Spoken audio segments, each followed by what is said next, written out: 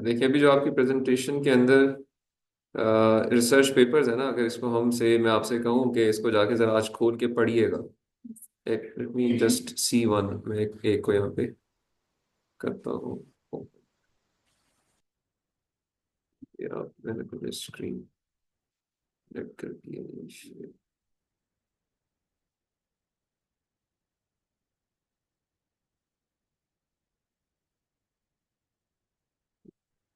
अच्छा जी, इसमें देखिए हम चले जाते हैं जी, ये आपके पेपर्स हैं। तो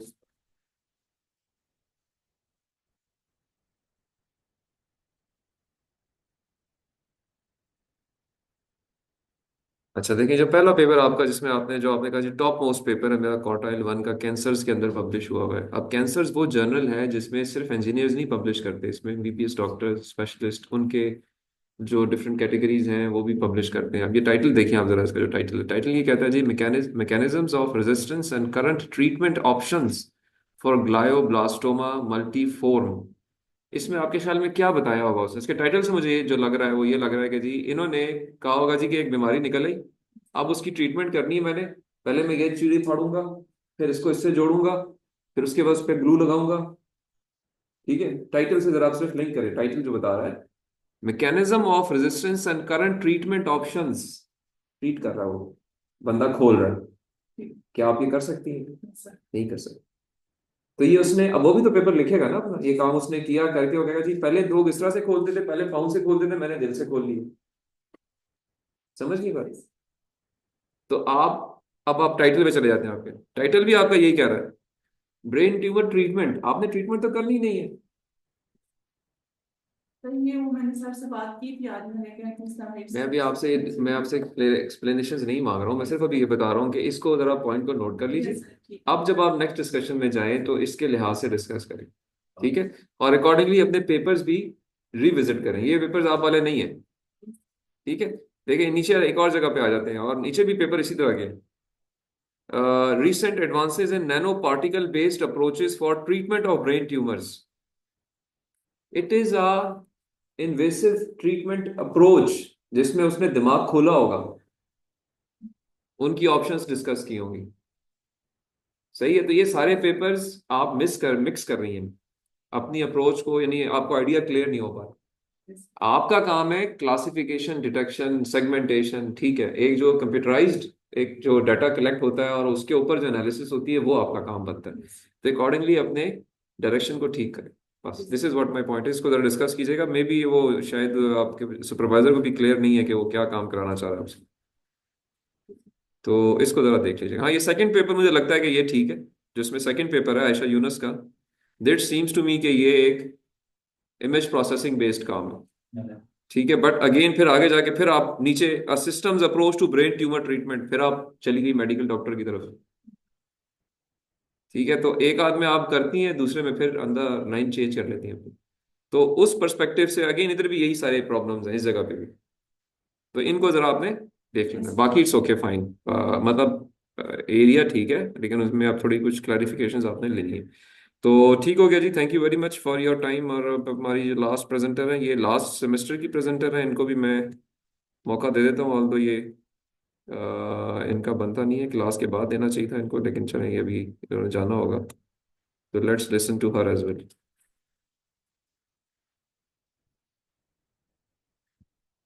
अच्छा जी, मैं आपकी प्रेजेंटेशन शेयर कर लेता हूँ। This one is your presentation. आप प्रोजेक्ट मैनेजमेंट की स्टूडेंट हैं और थीसिस कर रही हैं या non thesis? Course work based है, क्या आपका आखिरी कोर्स है? अच्छा ठीक है जी। चलें जी, अब आप यू कैन प्रेजेंट। आप बैठ के करना चाहती हैं, you can sit down, no issues. आराम से पढ़ें।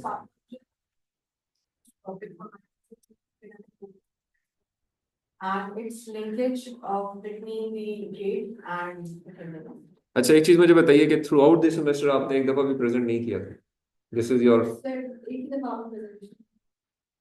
एक ही presentation। वो आपने नहीं दी ना? हाँ, नहीं एक नहीं थी, उससे पहले भी होती नहीं है, जिस तरह अब इनकी हो रही है तो इस तरह हर एक की होती थी। आप अवेलेबल नहीं थी क्योंकि सेमेस्टर में, इसलिए क्योंकि ये टाइटल जो है ना, this is not a thesis title. लेकिन चलिए आप प्रेजेंट कीजिए अभी। Coming towards the introduction, the basic objective of my research is to devise a framework in which I will link the locus of control with the attendance, which has not been done before, and at last it's both the effect of them on the GPA. The research questions which I think should be included in my study are: how is internal locus of control associated with GPA? Does the locus of control impact attendance, and does attending the class make difference to the GPA? The problem statement is that the GPA is considered as one of the most important things to clear the degree. So there are many factors which impact the GPA. I am here to study one of the most important basic factors, which is attendance, that can affect our GPA. Towards the gap analysis, these are all the research papers that I have studied, and in them, many different mediation methods were used. For example, the first one, the Chakravarti, he has used the religion as a mediation method between the locus of control and the GPA. And in all these research papers, there was none in which the attendance was being used as a bridge to lessen the gap between the locus of control and GPA. The literature review, again, these are all the research papers that I have read, and none of them the attendance was being used as the mediation method to bridge the gap. This is the sorry, next. This is the theoretical framework which I have devised, in which the first one is the input variable, that is academic locus of control. As you can see, it has a negative effect on the class attendance, because if you depend on the external locus of control, then you believe upon many external factors, for example, luck, which can affect your exams instead of attending the class regularly. And then I have used the class attendance as the mediating variable, which has, again, as you can see, the positive effect on subject grade GPA. And below them, I have mentioned all the research papers that I have read in order to connect them. The research methodology which I will use is I will be distributing a survey questionnaire, and the instrument will be TRICE-ALOC instrument, which is academic locus control instrument, which is a type of a questionnaire. I also have prepared a sample of that questionnaire, and my sample size will be of 100. अच्छा, sample size जो है इसका और population का कोई relationship होता है? Y sample size 100, इसकी वजह क्या है?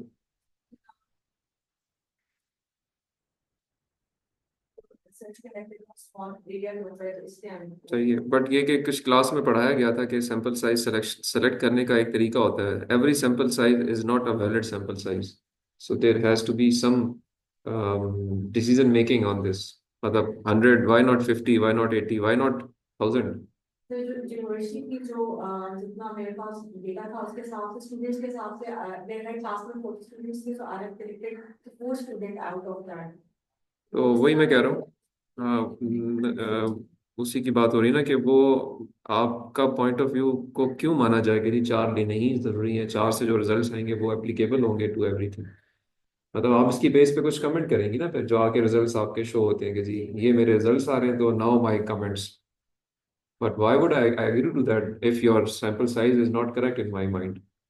There should be some relationship of the results with the decision on sampling and population size, because you are talking about something जो कि applicable to students है. तो स्टूडेंट्स का एक खास डेटाबेस जब तक आप एड्रेस ना करें उस वक्त तक you can not do these analysis. My point is only this, ठीक है आपने 100 डिसाइड कर लिया बेस्ड ऑन इसको हम कहते हैं कन्वीनियंट सैम्पलिंग. बट मैं सिर्फ आपसे पूछना चाह रहा हूँ कि हमने क्लास में इस पे कोई 1-2 लेक्चर दिए तो आपने सुने थे या नहीं? तो मैं वो पूछ रहा हूँ कि क्या रिलेशनशिप बनता है अगर सुने थे तो. क्योंकि जो ये आपका जो मैंने ये दिया हुआ है क्वेश्चन का सैंपल, इसके अंदर कुछ आई हैव स्टडीड, उसमें मोस्टली उसने 100 से 100 जिसको देखकर डेटा एनालाइज करके किया था.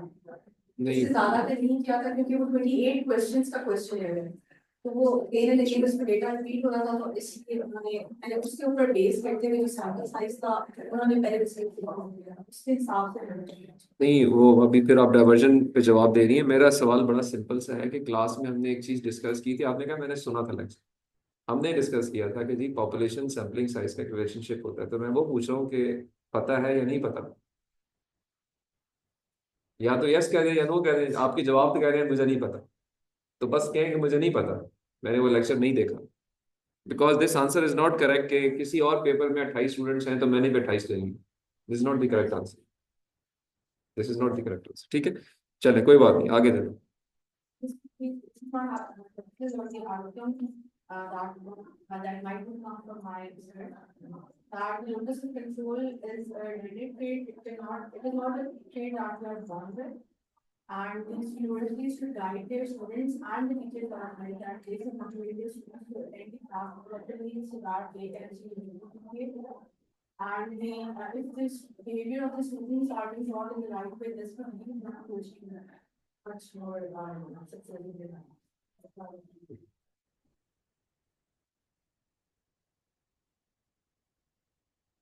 अच्छा। Then I will search all the past question papers or the questionnaire that I will take the approval from my supervisor. In the second month, I will finalize that questionnaire and distribute it. In the third month, I will collect the data and analyze it, and in the fourth month, I will write the report. But लेकिन आपने तो यहाँ analyse करके जवाब दे दिए। ये तो मेरा hypothesis था ना कि ऐसा होना चाहिए। आउटकम ये होना चाहिए। Hypothesis। Necessity ना चाहिए instead of the अच्छा देखिए, अगेन मैं फिर वही कहूंगा कि आपने लेक्चर्स आपने नहीं देखे हुए। दीज हाइपोथेसिस जो यहाँ आपने प्रेजेंट की ना, these hypothesis are never fixed here, they are just the proposals, they are the मफरूजास। यू अज्यूम के दिस इज दी मफरूजा। हाइपोथेसिस का मतलब यही होता है कि मफरूजा है। मफरूजा सही या गलत कब होता है? जब ये काम हो जाएगा, ठीक है। तो ये काम तो हुआ ही नहीं अभी, तो ये यहाँ पे लिखा नहीं जाना चाहिए। ये उस वक्त लिखा जाता है, ये उस ऑब्जेक्टिव तो ऊपर कवर हो गए ना मैडम, देखिए यहाँ ऑब्जेक्टिव कवर हो गए। ये क्वेश्चंस और ऑब्जेक्टिव्स यहाँ पे डिस्कस हो गए बस। अब जो आपके कंक्लूजन जो आप ड्रॉ कर रही हैं ना, अगेन आई वुड से कि फिर लेक्चर आप लोग नहीं देखते तो फिर इस तरह की जवाब देंगे ना जो आप मुझे दे रही हैं, ठीक है। ये यहाँ पे नहीं आना चाहिए था, ठीक है।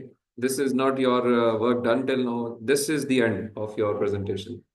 That too based on the class teaching, इसको ठीक होना चाहिए था, ठीक नहीं है ये।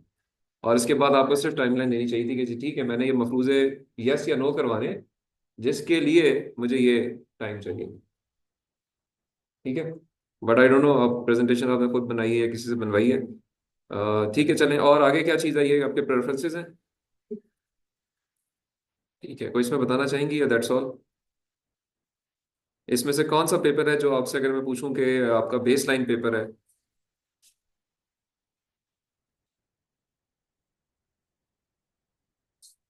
Meditation को बनाया meditation में उन्होंने religion को बनाया था meditation में। पहला पेपर की बात कर रहे हैं? फिर references 8 number। 8 number, okay. ये है locus of control and academic engagement, mediating role of religious commitment. इसमें आपने अटेंडेंस को मीडिएटिंग रोल दिया है। religion की जगह आके नहीं। मीडिएटर और मॉडरेटर में क्या फर्क होता है? फिर उसको याद करने का काम करता है। हाँ। Why not moderator? आपने मॉडरेटर क्यों नहीं बनाया, मीडिएटर क्यों बनाया? ये भी हमने क्लास में डिस्कस किया हुआ है असल में कि किसको मीडिएटर बनाना होता है, किसको मॉडरेटर बनाना होता है, और क्या वजह होती है। ठीक है, ठीक है Fatima, thank you very much. Nice of you कि आपने इतने अरसे बाद दोबारा अप्रोच किया और प्रेजेंटेशन दी है, तो आपके पेपर को चेक कर लेते हैं। Thank you.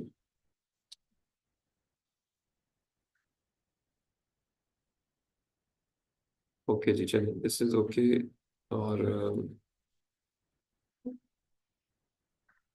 ठीक है जी, अभी हमारी प्रेजेंटेशन सारी पूरी होगी। आप काइंडली मुझसे एक्सेल की शीट में ना अपडेट करके क्रॉस करके शेयर कर लीजिएगा कि हु ऑल हैव प्रेजेंटेड।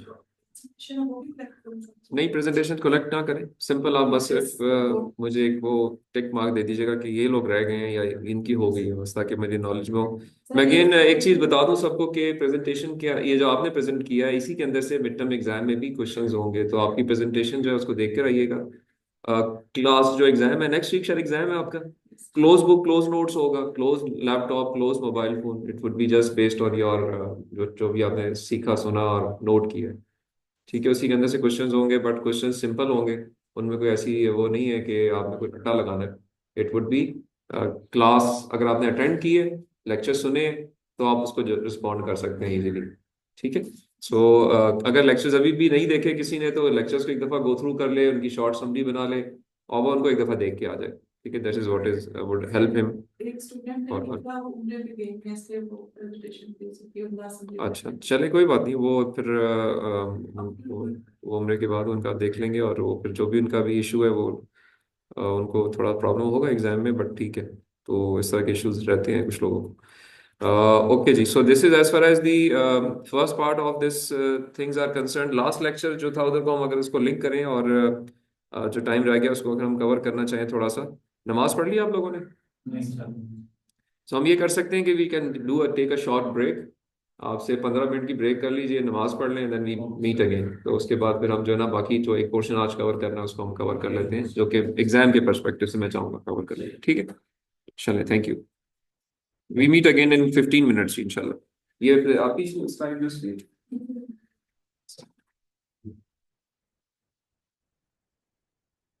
ठीक है जी, Bilal, Ashir and Hamza, we will meet in 15 minutes. Thank you very much. Okay sir.